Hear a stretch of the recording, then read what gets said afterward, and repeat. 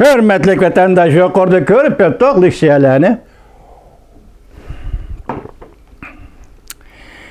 Siyaset, iktisatın merkezlik ifadesi. Diyen idi Avrupa felsefeleri. Siyaset, iktisatın merkezlik ifadesi. Yukarıda gördük kuruluş. Yani liniye kuruluş, trubbu yolu kuruluşu, tabi gaz ekitiş kuruluşu. Rusya ile Germaniya oturası, elbette Avrupa'da bu devletler, kaltısı devletler, bilisler vatandaşlar. Yukarıda de enerjiye ihtiyaclı Germaniya, çünkü sanatleşken devlet dedi. Arlıqda bu yol qayadın ötüdü degen mesele bilen ihtimal Amerika Qo'shma Shtatları da otur da talaş tartış bolgan bolishi mümkün. Başta deptuğa bu yol Ukrayna ve Polşa. Amerika tizginlep durgan devletlerde ötmeydi bu. Baltık boyu deniz astı bilen Germaniya bevasıta yetip kelidi bu kuruluş dedi. Demek yepet yetip kelidi hamnepet, tabi gaz yetip kelidi. Bu vaxtda Rusya ile Germaniyanın münasibeti mi siyasi ciheti yaxşılınıdı ve birbirine enerjiye bilen təminleydi ve birbirine enerjiye çıkırışlı yardım buludu. Muşunun iki devletin münasibeti mi koyuqlışıdı. Del muşu iki devletin oturusudaki muşununla imbargo yürgüzgen Amerika Qo'shma Shtatları endi bugün 5. ayının 19. günü bayanat ilan qilish orqali nima dedi? Bekar qildik dedi. Embargoni bekar qildik dedi. Demak, Germaniya nap aldatda tashqi ishlar ministri mas aytibdi, dal vaqtida bo'ldi, to'g'ri bo'ldi, qo'llaymiz.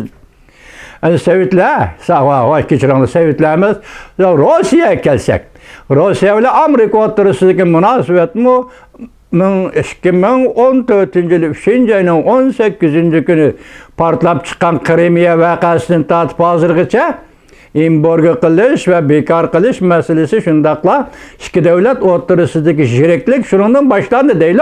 Endi hazır bu yol açıldı. Rusya ile Amerika Qo'shma Shtatlarının o'rtasidagi yol açıldı. Biz dedik hazır Amerika Qo'shma Shtatları Rusya ile yaqinlashib yoki Rossiyani yeniga tartib junguga taqobil turishi mumkin deganni ayni chog'da biz 2017 yılı 1. ayının 15. günü 2017 yılı 2. ayının 15. günü Washington Post'si gazetinin Beijing turuşlu sabık muhbiri John Pomport'ның endilikte Amerika Rusya bilen birleşip Cunguni yoqası bolmam diken. Aynı çağda Prezident Nixon Jungu bilen Rusyani Jungu bilen birleşip Rusyani yoqatgan edi. Men sizlarga Washington Post'ning peshqadam muxbiri John Pomport'ning so'zini 2. ayının 15. günü 2017 yılı. Hazırgacha isimli vatandaşı. Şundaq degan edim, endi bugun vaqt keldi. Hazır Amerika Rusya münasibeti nahayeti sezgör bir davrga kirib keldi vatandaşım. O'tganda dedik, Johnson Jay'nin deganini dedik, sözlüğünde sözlep berdik, leksiya qildik. Yana başka mavzularda sizlarga sözlep berdik, tunugun sözlüdik. Tunugun Junguluk Şinjin şeherdeki obzorchi Li Hoping nem dedi, hoşyar bol dedi. Bu signal Junguluk qaratgan signal. Avrupa ketdi, Avrupa ittifaqı to'xtam buzildi, o'tirdi ki, endi Rossiya mi ketadi, hoşyar bol dedi Junguluk'a. Signal berdi, onu sizlarga topshirdik. Endi bugun qarab sizlarga bu leksiyani topshirdik. Nima gap? Hozir intayin zo'r qurilish. İktisat ve enerjiya qurilişi.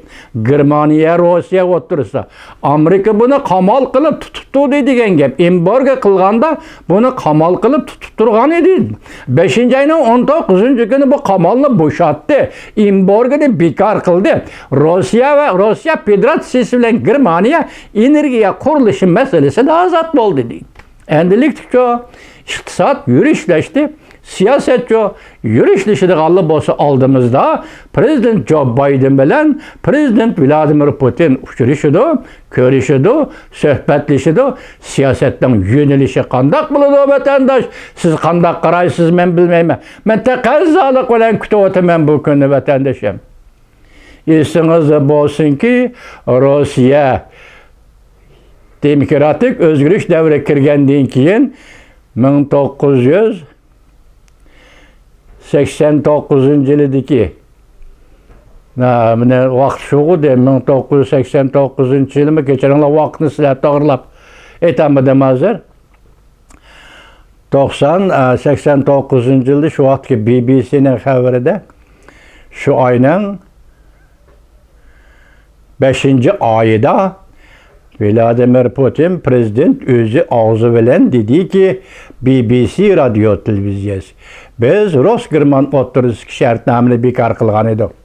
Mening taqazza boğunum hem de Amerika-Rusya münasebeti yakınlaşkandı şu günde özü dedi Vladimir Putin prezident başızım Asya'da mı demisimi dünyada baş kötədi dedi. Şu sözlerle terakki kılıp kelgende ben hazır bir şahs sifatida taqazzayım şu ki prezident Vladimir Putin kaçan bizning Rus-Xitoy o'tirisi imzolangan barliq shartnomalar bekor qilindi deydigan kun kelganda vatandosh sening beshingda har bir Uyg'urning beshida quyosh julalaydi. Quyoshning julasi har bir Uyg'urning beshiga tushadi.